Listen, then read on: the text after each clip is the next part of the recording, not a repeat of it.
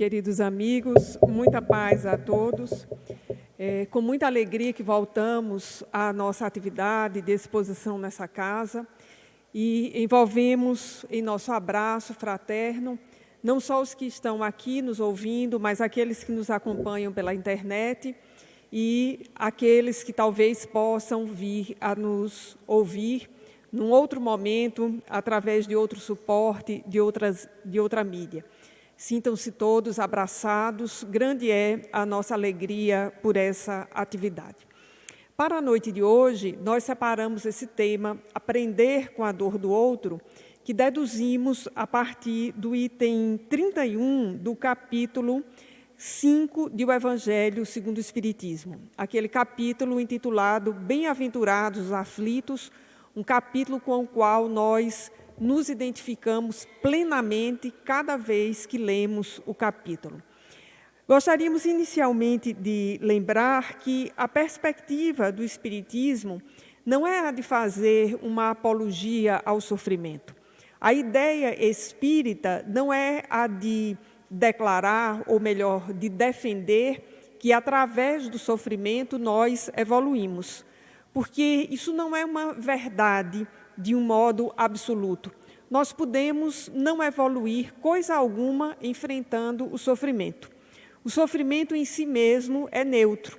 O aprendizado que nós poderemos retirar dele depende da forma através da qual nós o enfrentemos. Nós podemos passar por um período de sofrimento sem dali conseguir extrair nenhum novo comportamento, nenhum novo hábito, nenhum novo conhecimento para a nossa vida. Da mesma forma que nós podemos atravessar lado a lado, com um amigo, com um familiar, com um parente próximo, uma etapa de dificuldade e, da mesma forma, não retirar dali nenhum aprendizado. A perspectiva espírita, na verdade, é a de nos esclarecer muito mais sobre o que é o sofrimento, nos esclarecer como acolher o sofrimento. Nesse sentido, o Espiritismo se aproxima não apenas da percepção dos 300 primeiros anos de cristianismo, da vivência da mensagem de Jesus, mas nos aproxima dos filósofos estoicos que tinham em relação ao sofrimento na Grécia Antiga uma visão que hoje se chama de resignação dinâmica, que é, em vez de afugentar o sofrimento, acolhê-lo, procurando administrar a situação desagradável, dolorosa, difícil que o sofrimento nos traz. E queremos lembrar também de uma frase muito repetida, atribuída a Joana de Ângeles e que, de fato, aparece em vários de suas mensagens, com paráfrases as mais diferentes, que diz o seguinte, que enquanto estamos na Terra, todos sofremos, porque estamos ainda num processo de aprendizado e, portanto, nós poderemos, nesse momento, talvez, não estar enfrentando uma dor mais expressiva, mas um outro companheiro ao lado, um familiar, um parente, um amigo, está, às vezes, no momento da sua crucificação emocional. Então, na Terra, nós vivemos o interessantíssimo fenômeno de que vamos experienciando e vivendo numa espécie de roda que vai girando as experiências de sofrimento, de dor, que nos desafiam extremamente. E como dissemos, no capítulo 5 do Evangelho segundo o Espiritismo, nós vamos achar essa abordagem a respeito da convivência com o sofrimento, das raízes do sofrimento. E mais especificamente, nos 5 últimos tópicos, os que vão do item 27 ao item 31, nós nos deparamos com temas muito interessantes. Tive a oportunidade de relê-los no último mês e confesso aos amigos que fiquei esses últimos dias, essas últimas semanas, revisando esses temas e, evidentemente, quando a gente começa a revisar determinados temas, a sensação que temos é que parece que estamos diante deles ou que vamos encontrando as evidências nos mais diferentes lugares. Só para a gente ter uma ideia, o item 27 desse capítulo 5 tem um título interessantíssimo, que está assim colocado em português: deve-se colocar um fim às provas do próximo? Vejamos que questão interessante. Kardec, ou aqueles que o acompanhavam na montagem da codificação, propôs aos espíritos que o assistiam. E era, de fato, uma dúvida, como é ainda hoje. Nós observamos para determinadas situações, e na nossa perspectiva muito limitada, às vezes, tisnada de um certo materialismo, a gente diz assim, não falta nada para ficar pior, não pode ficar pior. Né? Já chegou o limite. Então, essa situação, de alguma forma, ela deve terminar. Nós sempre temos, às vezes, esse impulso de querer colocar um fim em situações difíceis, porque nós temos uma dificuldade de conviver com aquilo que é difícil, que é complexo, que é multifacetado, que tem múltiplas raízes, que tem causalidades as mais diversas. Então, esse item 27 vai exatamente problematizar essa questão. Nós temos o direito de colocar um fim às provas do próximo, e aí eu não vou responder aqui essa questão, tanto porque não é objeto dessa palestra hoje, como para que vocês possam voltar a esse item 27. O item 28 é um item em relação ao qual, se nós já não nos encontramos com a situação, certamente nesse auditório, cada um de nós conhece alguém que viveu a situação delicadíssima em que aparece a questão sobre se é lícito abreviar a morte para um doente que sofra de forma irremediável. Essa é uma questão de natureza ética, como a anterior, e é uma questão dos nossos dias, e é a questão com a qual se defrontam muitas famílias com doentes cujo diagnóstico e cuja perspectiva de melhora é uma perspectiva negativa. E os espíritos, juntamente com Allan Kardec, já trataram desse tema no Evangelho segundo o Espiritismo. E nos itens 29 e 30, uma questão sobre o sacrifício da própria vida em relação a outro. E o que nos interessa especificamente, o item 31, o proveito que podemos ter da dor do outro, ou o aprendizado que podemos ter a partir da dor do outro. Então, como dizíamos, esses itens, eles se prestam à nossa leitura, porque, não obstante a codificação tenha 160 anos, esses itens em específicos, como vários outros itens, nos trazem questões absolutamente atuais. Esses 5 itens, por exemplo, vão tematizar o respeito às provas alheias, o respeito à dor alheia, o respeito aos limites alheios, à nossa própria vida e, o que nos interessa mais especificamente, o aprendizado nas condições de estar acompanhando ou testemunhando a dor ou a provação de alguém. E só para que a gente possa ter uma visão mais específica desse tema, nós vamos ler o item porque ele tem apenas 2 parágrafos. O primeiro parágrafo é composto da questão que motivou a resposta, que é uma resposta dada pelo Espírito São Luís, que vale a pena a gente consultar a literatura para entender quem foi esse espírito e que papel ele teve na codificação, que papel ele teve e ele tem junto à nação francesa, qual foi a sua história quando encarnado, a ponto de ter sido conhecido como o rei bondoso e o rei justo, no século XIII ainda. E volta na codificação espírita respondendo exatamente às questões mais difíceis. Parece que aquelas mais melindrosas que lidavam com a nossa vida, com a vida do outro, com as relações interpessoais, foram colocadas para serem respondidas por São Luís, ou talvez ele mesmo tenha escolhido essas respostas. Me chama muito a atenção que respostas esse espírito apresenta na codificação. E no Evangelho segundo o Espiritismo, nesse capítulo 5º, nesses 5 itens a que nos referimos, São Luís responde a 4 questões. E no item 31, então, 2 questões lhe foram feitas. A primeira delas: aqueles que aceitam resignados os sofrimentos por submissão à vontade de Deus e tendo em vista a felicidade futura, não somente trabalham em seu benefício próprio? E a segunda questão: poderão essas pessoas tornar seus sofrimentos proveitosos a outras pessoas, me parecem duas questões que são complementares. A segunda, diria, talvez me agrada mais diretamente, porque é uma questão que implica num aprendizado, é uma questão que busca uma informação.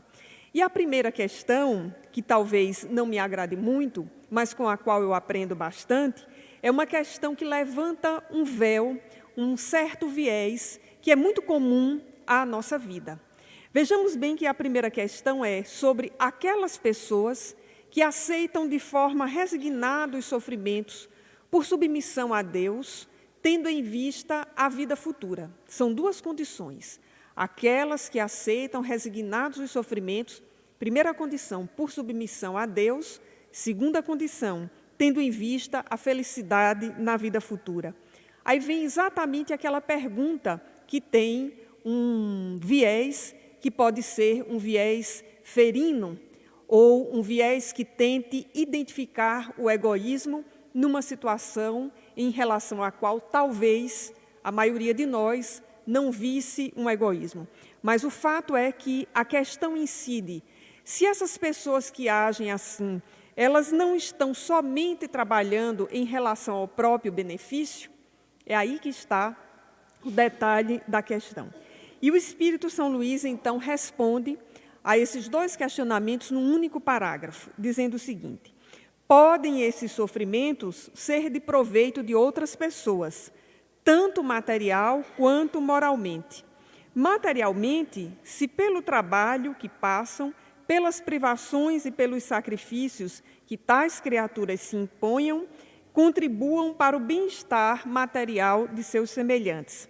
E moralmente, pelo exemplo que elas oferecem de sua submissão à vontade de Deus. Esse exemplo do poder da fé espírita pode induzir os desgraçados à resignação e salvá-los do desespero e das consequências funestas para o futuro.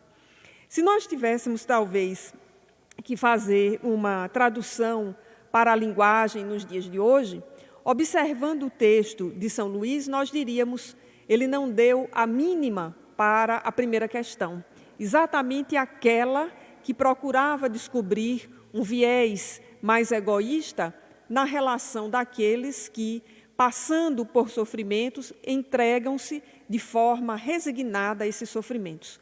Um caso bem claro que todos conhecemos poderia exemplificar a primeira questão.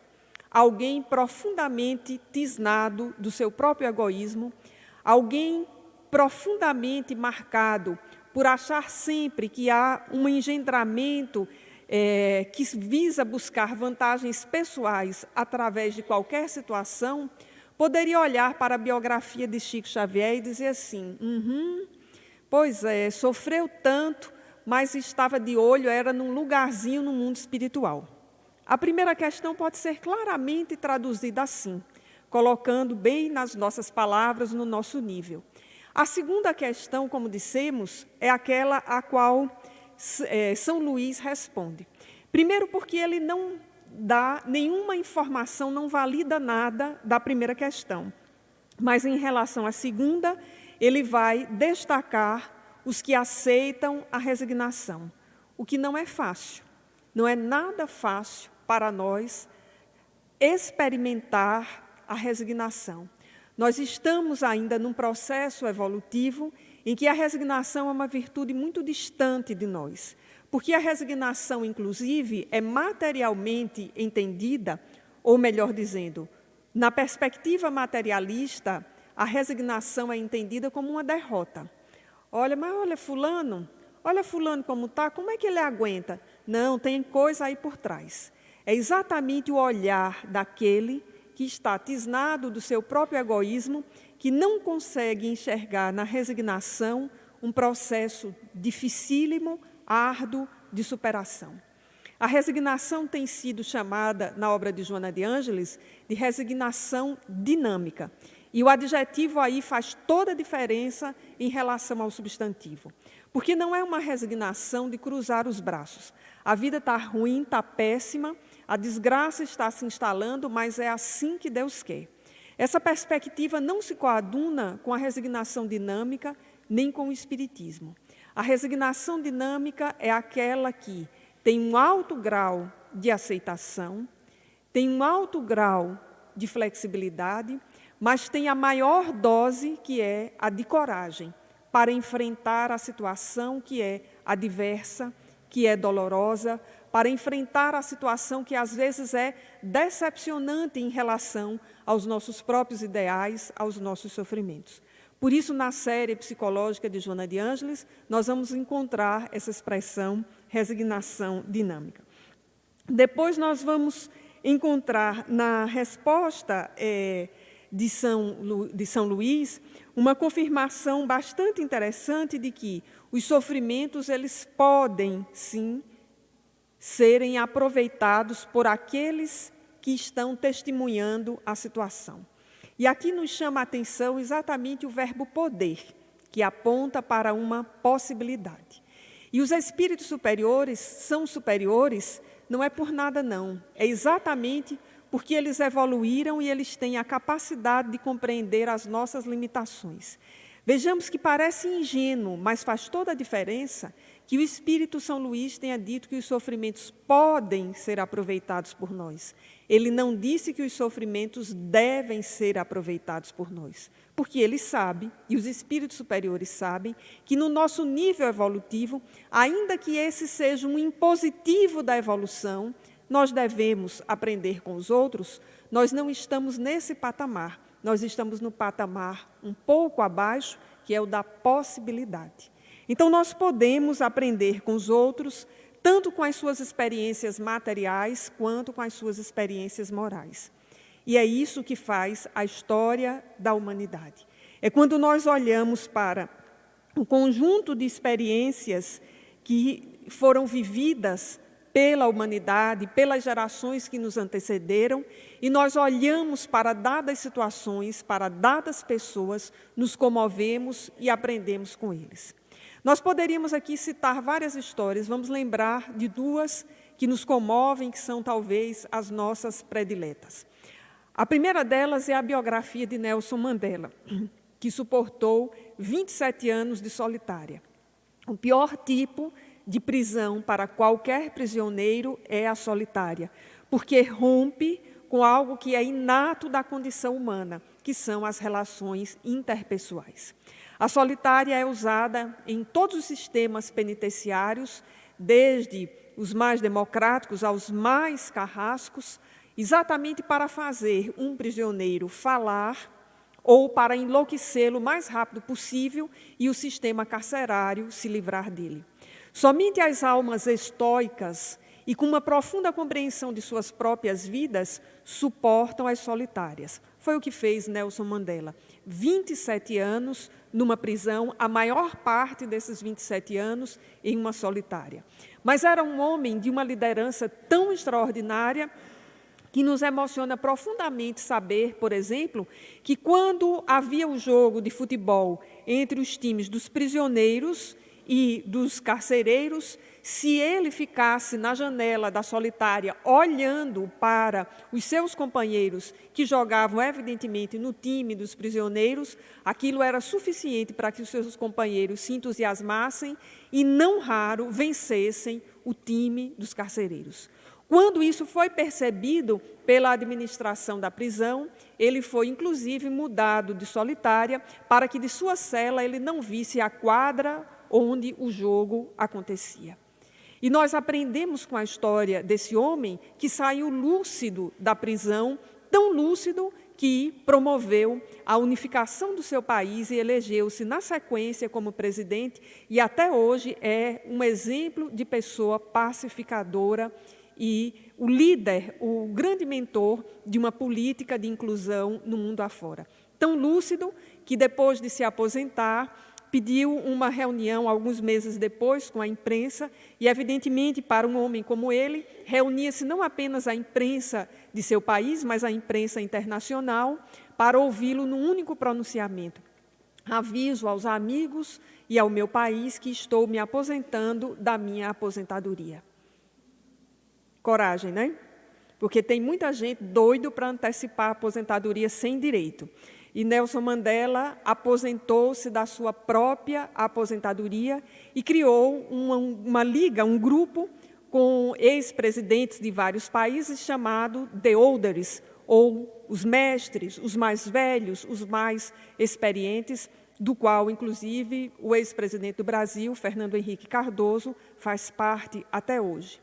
Então, esse homem, com a sua vida de sofrimentos, mas com a sua vida de ensinamentos, é uma grande fonte de aprendizado para todos nós. A pergunta que se coloca é: o que nós, de fato, já aprendemos com a vida dele, com a sua biografia, o que já incorporamos? Ainda hoje eu li rapidamente uma notícia na internet de uma escola em São Paulo que teve um muro pichado com a seguinte frase: nós devemos cuidar da educação das nossas crianças brancas. Uma escola que fica numa região periférica em São Paulo. E não precisa ser em São Paulo, pode ser em Campina Grande, mas também em Lagoa Seca. Qualquer escola de periferia terá, pela história do Brasil, muito mais crianças negras e pardas e descendentes de índios e hoje de imigrantes do que qualquer outro lugar.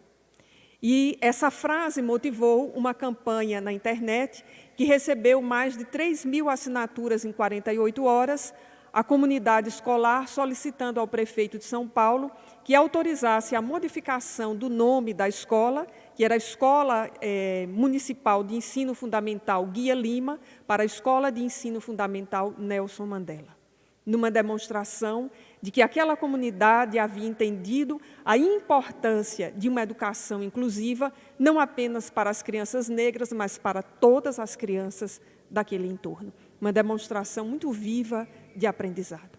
Nenhum de nós aqui, provavelmente, aliás, deixa eu dizer essa frase de uma outra forma. Nenhum de nós aqui, nessa existência, acompanhou a Segunda Guerra Mundial. Provavelmente, um ou outro de nós esteve reencarnado na Segunda Guerra. A grande maioria de nós, provavelmente, acompanhou a Segunda Guerra do mundo espiritual. Mas nós não precisamos viver a Segunda Guerra de novo para aprender os horrores do que lá foi praticado, a ponto de aquele ter ficado conhecido como um evento que banalizou o mal.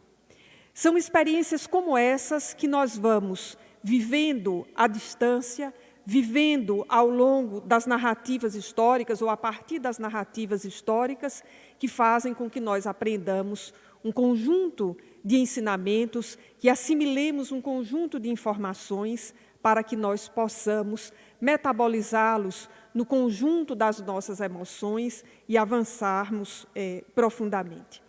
Quando nós olhamos para esse texto a que nos referimos, do Evangelho segundo o Espiritismo, nós nos deparamos com o que poderíamos apontar como sendo o princípio ou um texto que levanta o véu do que seria uma pedagogia divina. E nós temos ainda muita dificuldade de compreender a pedagogia divina.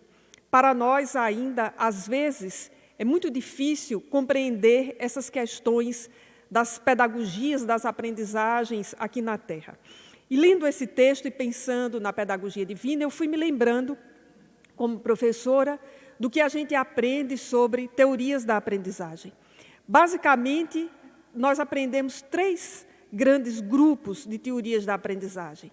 São as teorias comportamentais, que vão dizer que o sujeito aprende a partir de estímulo, as teorias cognitivas, que vão nos organizar como sujeitos em faixas etárias, com aprendizados específicos para determinadas faixas etárias. Por exemplo, uma criança de 2 anos tem ideias absolutamente relativas ao concreto, àquilo que ela opera. Uma criança que está aprendendo a escrever, por exemplo, a ler, mais adiante, em torno dos 4 a 6 anos, começa a ter ideias muito concretas da sua relação com a linguagem. E as teorias de aprendizagem cognitivas nos ajudam a entender isso. Quando uma criança começa a escrever, por exemplo, e coloca várias letras e diz que escreveu vaca ou boi, e coloca 2 letras para formiga, porque o boi é grande e a formiga é pequena, e isso não tem nada a ver com o tamanho das palavras. Nós entendemos isso pelas teorias cognitivas. E entendemos também pelas teorias humanistas a necessidade da interação com o outro para que nós possamos apreender qualquer objeto. O outro é de fundamental importância, a sua mediação, a palavra, a fala, a interação. E aprendemos mais recentemente sobre as inteligências múltiplas, que nós percebemos um mesmo fato de formas diferentes. E esse capítulo é bem interessante, porque começa a mostrar para nós que, mesmo vivendo as mesmas experiências, as pessoas que estão juntas naquelas circunstâncias não aprendem as mesmas coisas, não aprendem das mesmas formas, e isso explica um pouco a diferença entre os alunos. Nós entendemos, por exemplo, algo que eu gosto muito de dizer, porque valoriza muito as mulheres, que já foi provado que as mulheres têm mais inteligência linguístico-discursiva do que os homens. Isso é muito bom de dizer, principalmente quando a gente está fazendo a palestra, né? Mas também tem outras inteligências, lógico-espacial, e eu me dou muito mal nessa, sinestésica corporal, também sou muito mal nessa, musical, também sou muito mal nessa, e vou tentando me sair em outras inteligências que estão à disposição de todos nós. A inteligência interpessoal, intrapessoal, existencial. E isso vai nos mostrando um pouco essa diversidade e nos fazendo entender porque é que, mesmo quando a situação está bem ali, o outro está passando, eu estou do seu lado, um outro fulano também está, e nós não conseguimos ter as mesmas experiências. E quando nós levantamos esse pequeno véu das aprendizagens, nós vamos nos encontrando, talvez, com aquilo que mais adiante o Espiritismo deu uma contribuição decisiva às teorias da aprendizagem, que é nós entendermos qual é a lógica da aprendizagem divina. E nós observamos que essa lógica da aprendizagem divina passa necessariamente por aquilo que nós chamamos de evolução.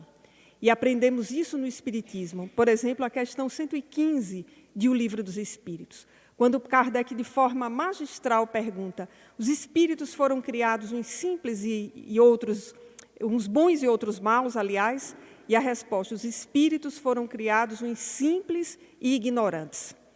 E tem como destino a perfeição. E a cada um deles Deus deu uma missão com o fim de fazê-los progredir e progressivamente aproximarem-se de si. A resposta à questão 115 é a síntese da lei de evolução.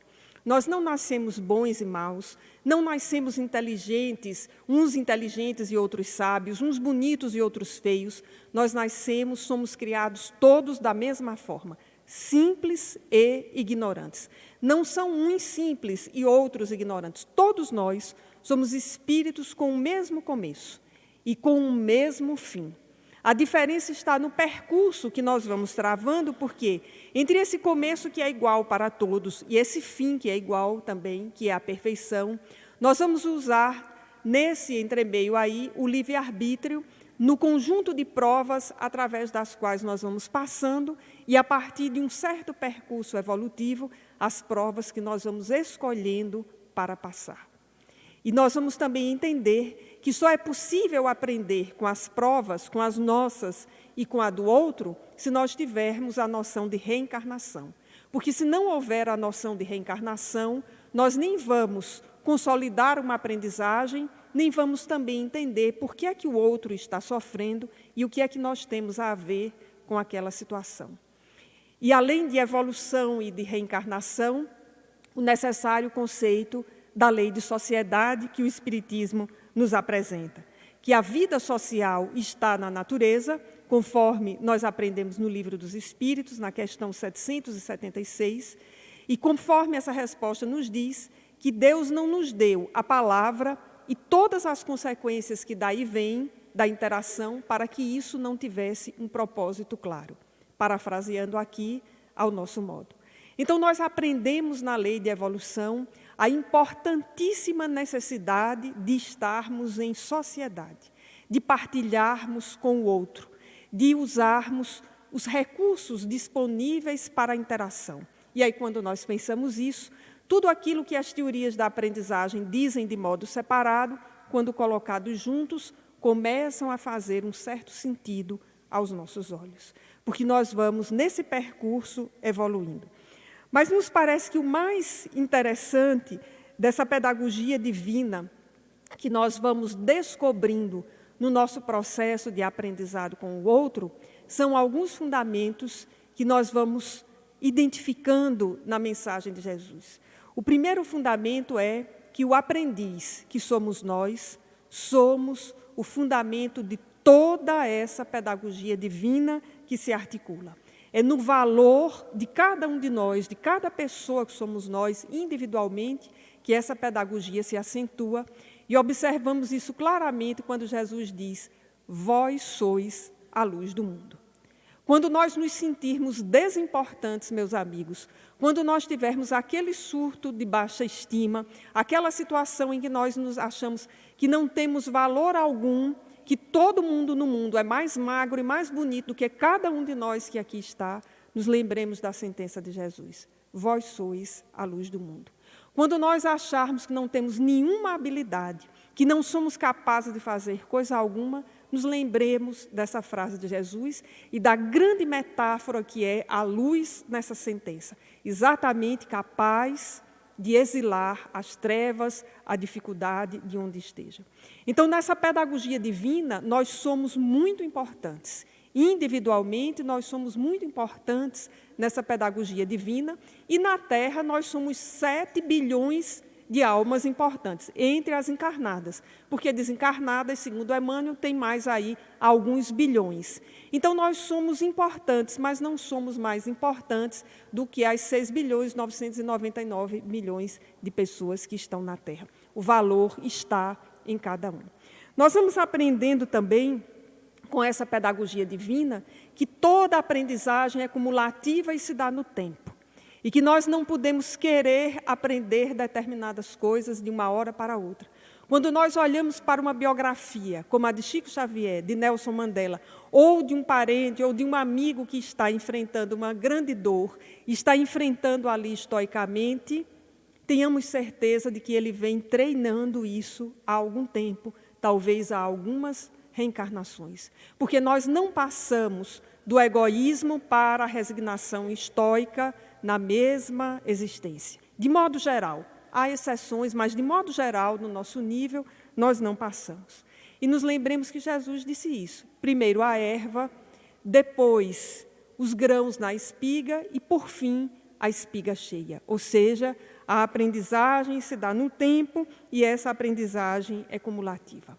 Depois nós encontramos a pedagogia divina, nas falas de Jesus, quando vamos entender que o contexto é fundamental ao nosso processo de aprendizado.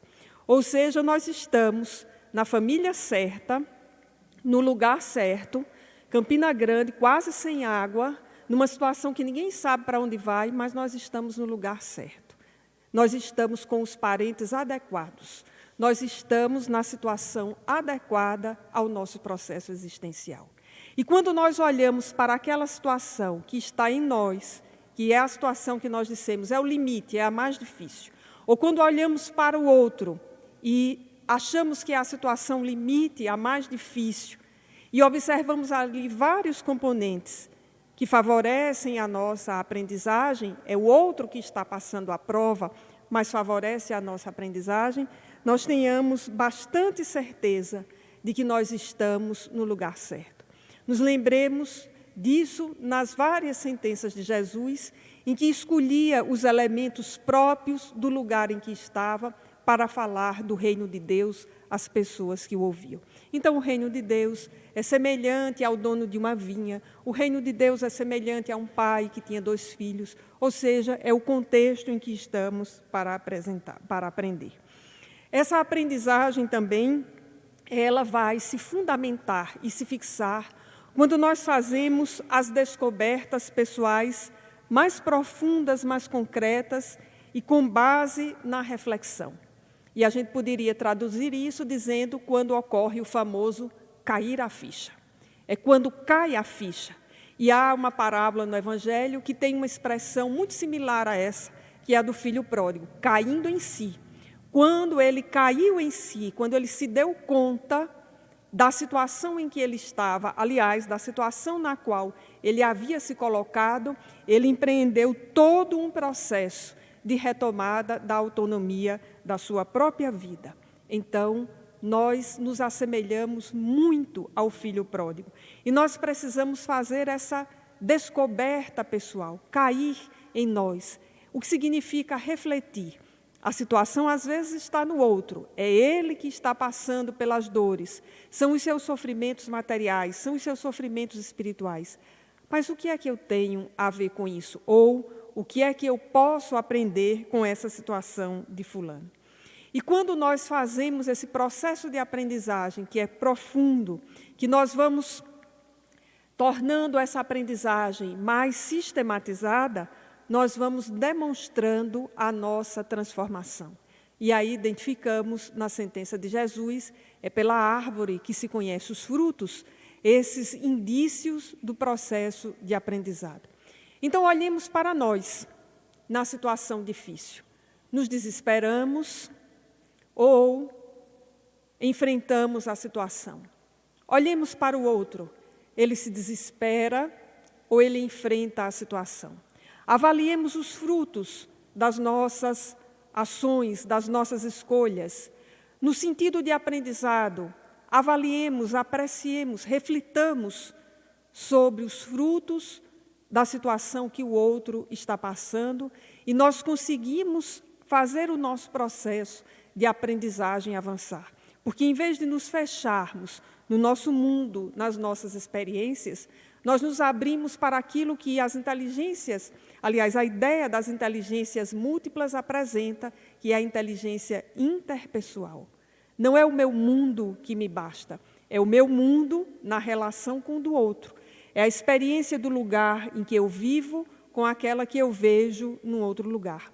Por isso que campanhas como a de Médicos Sem Fronteiras, campanhas em prol da solidariedade, encontram em muitos lugares uma acolhida muito forte, porque eu não preciso ir exatamente à África para ver como vivem as crianças que sobreviveram aos pais que morreram com a epidemia que, em muitos países da África, nos países de língua portuguesa, sobretudo, Angola, Moçambique, é uma epidemia avassaladora, que é a da infecção por HIV.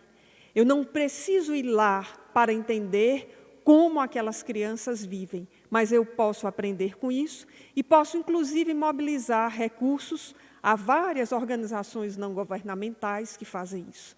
Eu não preciso passar frio à noite em Campina Grande, no mês de julho, para imaginar o que sofrem as pessoas que não têm onde morar no meio, que passam o frio, não só em julho, mas em dezembro e em janeiro, que é verão. Há mais ou menos 15 dias eu estive em São Paulo e me chamou a atenção, eu até comentei com alguns amigos, o estado lamentável de grande parte do centro da cidade de São Paulo. O imenso número de pessoas que estão literalmente morando nas ruas.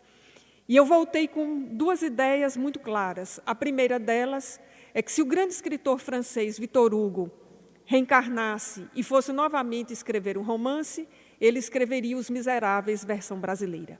Ou se ele encontrasse uma médium como Ivone Pereira, se Divaldo talvez tivesse fôlego, psicografaria um livro com esse título, ousadamente aqui dado por mim, Os Miseráveis, versão brasileira. Porque lá estão homens, mulheres, brasileiros, haitianos, angolanos, africanos de todas as origens e asiáticos. E cachorros morando na rua. E um grande dilema para a cidade de São Paulo é o que fazer com os moradores de rua.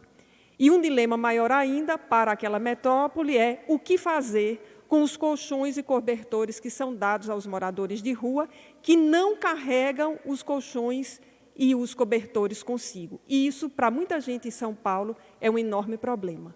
Enorme problema, evidentemente, para quem não mora na rua e tem onde guardar colchão e cobertor. Porque para quem mora na rua e não tem onde dormir, cada dia dorme no lugar, além de ter que carregar a si, muitas vezes aos filhos, e isso foi o que me chamou a atenção, não eram só homens na rua, mas eram famílias, homens, mulheres e seus filhos, além de ter que carregar a si, aos seus filhos E aos cachorros, o que me fez lembrar muito de Graciliano Ramos em Vidas Secas, ter que carregar também os colchões e os cobertores. E a Prefeitura de São Paulo não sabe o que fazer com isso. Nós não precisamos viver essa experiência para aprender o que ela tem a nos ensinar. A grande cota de humanidade e de solidariedade que essas experiências carregam em si e que carregam de uma forma muito intensa e que mobilizam um grande conjunto que é a energia da solidariedade, que é preciso ser mobilizada não só para entender esses nômades da vida pós-moderna, que deixam para trás os colchões e os cobertores, não só entender esse raciocínio de nomandismo da vida pós-moderna das grandes cidades, mas também conseguir entender isso com a lógica da reencarnação e do livre-arbítrio. Porque há muitos daqueles que estão na rua que têm uma psicologia absolutamente diferenciada da nossa, e que mesmo que se lhe dê uma casa equipada e aquecida, ele não vai ficar lá, porque ele é nômade e porque o seu psiquismo rebelde não consegue fazer com que ele permaneça num único lugar. E isso é uma experiência, é um aprendizado para todos nós. Nós que temos casa, nós que temos onde guardar o cobertor, nós que temos colchão, nós que podemos, enfim, fazer essas várias escolhas. E, por fim, já caminhando para o final dessa reflexão, todo o aprendizado, à luz dessa pedagogia divina, tem momentos de avaliação e, sobretudo, de autoavaliação. E identificamos isso na sentença de Jesus: atire a primeira pedra aquele que estiver sem pecado. É uma sentença profunda de autoavaliação, que nós precisamos nos colocar, que é a situação do julgar. Como eu estaria naquela situação? O que eu faria se estivesse naquele contexto? E a nossa medida, evidentemente, é uma medida muito pessoal, porque o que eu faria, o que cada um de nós faria na situação, é uma resposta que tem a ver com aqueles itens anteriores que lembramos, o contexto em que estamos, a nossa história reencarnatória, mas é um bom exercício nos perguntar, numa situação difícil, o que faríamos? Numa situação limite, o que faríamos? Porque nós costumamos, às vezes, idealizar muito as situações que são as mais felizes da Terra, né? A festa de 15 anos, o casamento, a formatura, isso e aquilo outro. E é muito fácil nos imaginar nessa situação em que nós somos, em geral, o foco da atenção, em que as pessoas vão à nossa festa para nos cumprimentarem naturalmente. Mas e pensar a outra situação, aquela difícil? Uma situação, por exemplo, a que todos nós estamos correndo o risco de um assalto. Como reagiríamos? Ou a situação mais certa, porém a mais dolorosa, o falecimento de um ente querido. O que faríamos nessa situação? E quem de nós, ao enfrentar uma situação dessa, não enfrentou de forma rebelde ou infantil? Por isso, nós precisamos ter os períodos de autoavaliação. E aqui vale a pena citar Joana de Ângeles, nos dizendo que, se identificarmos um comportamento, aliás, do qual hoje nós nos envergonhamos, que nós possamos passar da culpa tóxica para o arrependimento promissor. Então, em vez de ficar remoendo a situação, conforme ela diz no livro Vida, Desafios e Soluções, a coragem do arrependimento, que é exatamente o cair em si do filho mais novo lá da parábola dos 2 filhos, ou a parábola do filho pródigo. Encontramos também nesse mesmo direcionamento uma outra sentença de Jesus: vai e não tornes mais a pecar. É outra sentença que nos auxilia a pensar nesses momentos periódicos de autoavaliação, em que precisamos, às vezes, inclusive, zerar determinadas situações e prosseguir, ou fazer, como dizem em todos os grupos de autoestima do Facebook, aquela frase de Chico Xavier: não é possível um novo começo, mas é possível um fim diferente ou um novo fim. Então, nós podemos tomar essa sentença de Jesus: vai e não tornes mais a pecar, como um fundamento da pedagogia divina, e um fundamento absolutamente promissor, um fundamento que não nos reprova como as pedagogias comuns. Pelo contrário, que nos estimula a prosseguir. E, por fim, um último fundamento dessa pedagogia divina é que a verdadeira aprendizagem, ela conduz à liberdade, e ela é um patrimônio do Espírito.